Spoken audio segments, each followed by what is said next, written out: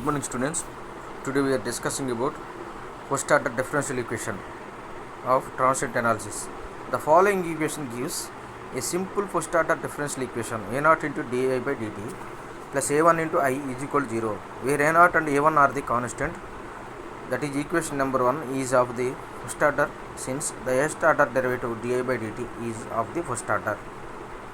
Similarly, the nth order differential equation is given as a0 into d power n into I by dt power n plus a1 into d power n minus 1 into I by dt power n minus 1 plus a2 into d power n minus 2 into I by dt power n minus 2 plus and so on, plus an into I is equal to c, where c is a term free of independent variables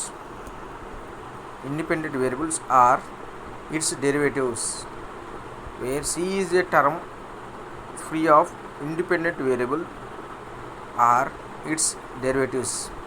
Homogeneous and non-homogeneous differential equations. Homogeneous and non-homogeneous differential equations. The differential equation given equation 2 is said to be homogeneous if the term c is 0. The differential equation becomes homogeneous if c is equal to 0. c is equal to 0 అయితే రేబో equation ఎంత differential ఈక్వేషన్లో అది homogeneous equation అన్నమాట. If the value of c is not equal to 0, then the equation becomes a non-homogeneous equation. For example, if the applied voltage is a time varying source voltage, that is v of t. Time varying voltage source means v of t. Then the equation becomes a0 into d power n into I by dt power n plus a1 into d power n minus 1 into I by dt power n minus 1 and so on, plus an into I is equal to v of t, where v of t maybe is called forcing function. Study of initial conditions. అంటే initial కండిషన్లో resistance value ఎలా ఉండేది, final వాల్యూలో resistance value ఉండేది, inductance value ఎలా ఉండేది అని చూద్దాం. Take one example. Resistance in the case of resistor R, the voltage current relation according to Ohm's law may be written as V is equal to IR. Voltage సోర్స్కి ఒక switch ఒకటి. Previous ఏంటంటే steady state analysis of AC circuits అని అంటున్నాం కదా, pure AC, pure inductor, pure కెపాసిటర్కి ఒక switch connect చేస్తాం. ఇది వోల్టేజ్ సోర్స్కి సిరీస్లో రెసిస్టెన్స్ కనెక్ట్ చేసి ఈ రెండింటికి మధ్యలో ఒక స్విచ్ కనెక్ట్ చేస్తాం. అంతే ట్రాన్సియెంట్ అనాలిసిస్. ఫైనల్గా ఎలా ఉంటుంది, ఇనిషియల్గా ఎలా ఉంటుంది అది సేమ్. ఇండక్టర్స్ కూడా, నెక్స్ట్ కెపాసిటర్ కూడా, వాటి యొక్క బిహేవియర్ అనమాట.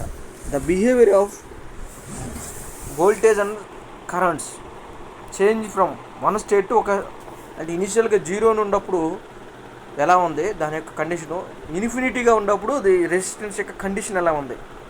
Same as inductance, same as capacitance. అదే the study of the behaviour of voltage or current change from one state to another state, that is the transient state అంటాం దాన్ని.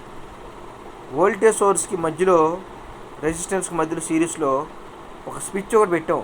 ఇనిషియల్గా 0 ఉంది కాబట్టి 0.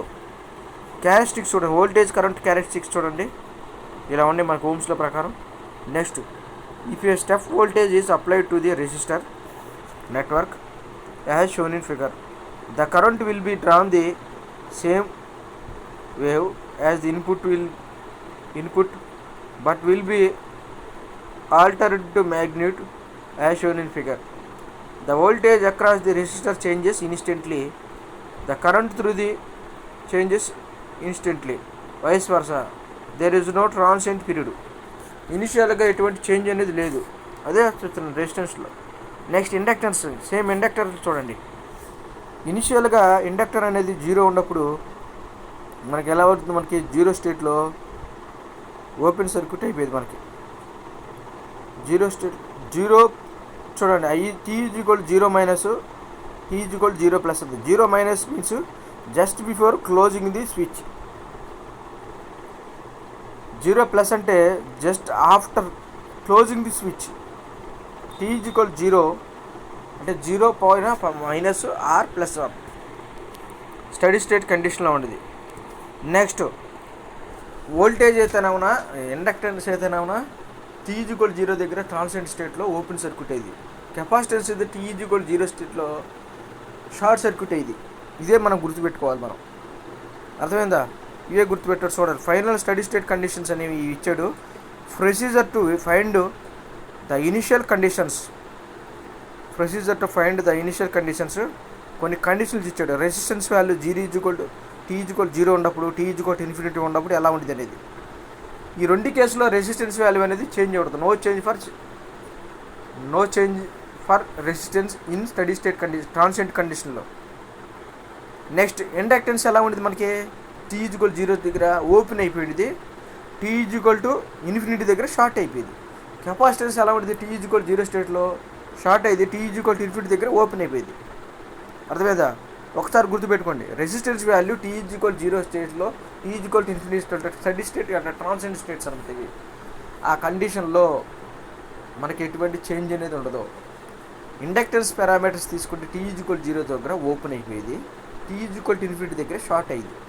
కెపాసిటెన్స్ తీసుకున్నాం అనుకో, T=0 దగ్గర షార్ట్ అయ్యింది, T=∞ దగ్గర ఓపెన్ అయిపోయింది. అదే మనం తీసుకోవాల్సిన మన డయాగ్రామ్స్ ఇవన్నీ.